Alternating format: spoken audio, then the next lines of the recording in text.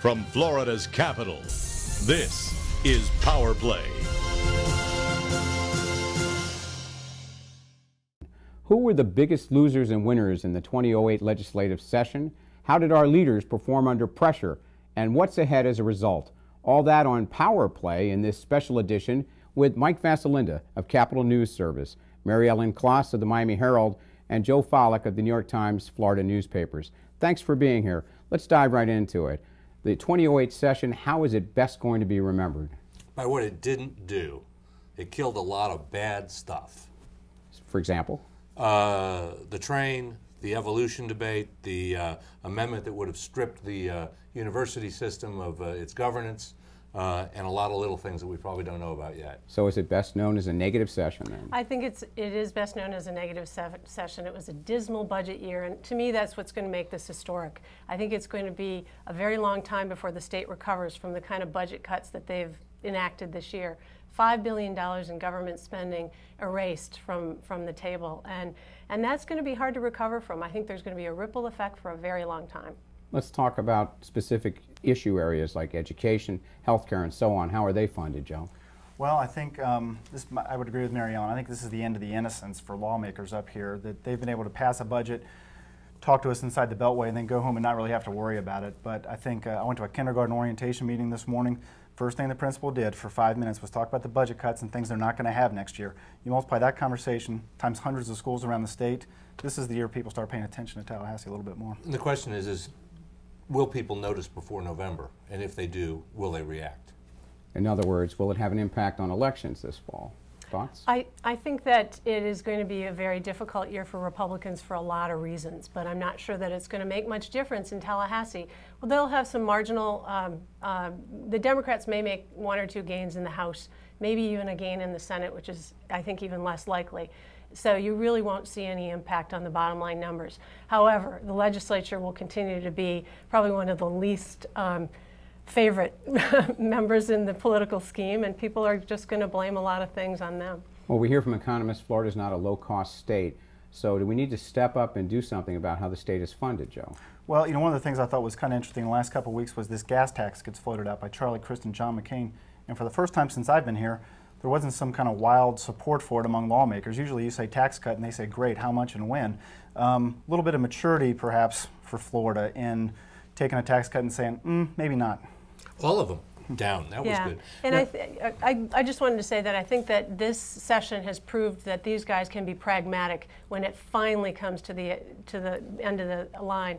They really put aside a lot of their ideology, a lot of the let's cut taxes kind of rhetoric, and they did things that were much more pragmatic. They dipped into savings accounts and trust funds. They didn't do it perhaps as much as well, they were dragging and kicking and screaming to get there, but they did. Yeah. Well, what about the Lawton Childs endowment? The irony of that is somewhat stunning. Can you flesh that out for us a little bit?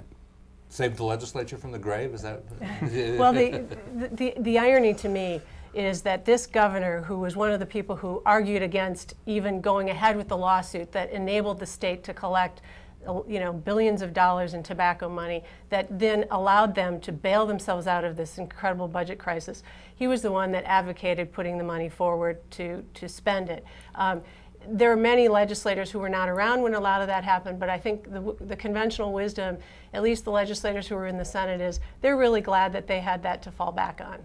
I wonder if it's the beginning of a trend, though, too. I mean, for the past couple of years, we've heard about caps on non-recurring spending and all this other stuff, and now that there's a little bit of a crack in the dike, I wonder if this is going to keep going for the next couple of years. So, Governor Crist, different personality than former Governor Bush. How did he come out in this session since he won at least a couple of big priorities he set? Well, I think one thing he did was he was very kind of lied low, which was a pretty shrewd political move. There was not much to gain from him to be having press conferences and pressing lawmakers on these things. He gets a lot of criticism for perhaps a hands-off approach sometimes, but I think this year was a good idea.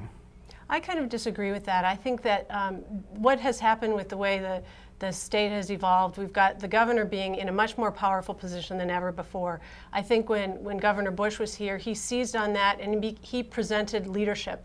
And he said, this is how I think you should do it. And then the tug and pull occurred as a result of it. Charlie Crist's leadership was a lot, I think, more subdued. His leadership was more reactive. He reacted to things like the tax tax cuts, proposing that in the middle of the session. His proposal for health insurance was really the slimmest, smallest kind of program they could put together. And I think that in some ways he should have shown and could have shown a lot more leadership and pulled them a little bit further along where he wanted them to go. He wanted them to spend more money of the trust funds and then avoid some of the budget cuts. I think he could have worked harder to get that. And he could have worked earlier, I think, because it was awful late when that got started. All right, we're going to be seeing if turkeys are identified for veto by the governor. But let's take a look back and hear briefly, succinctly, each of you with your power play of the session. Who or what demonstrated the most awesome display of power in session 08? Michael?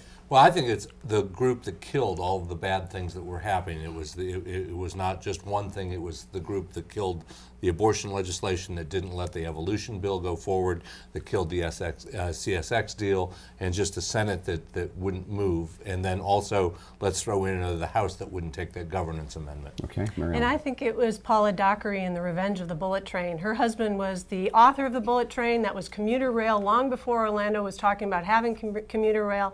She, I think, put together a pretty effective coalition using trial lawyers, of course, but also managing to get opposition to kill probably the highest priority of the most effective legislator, and that is Dan Webster.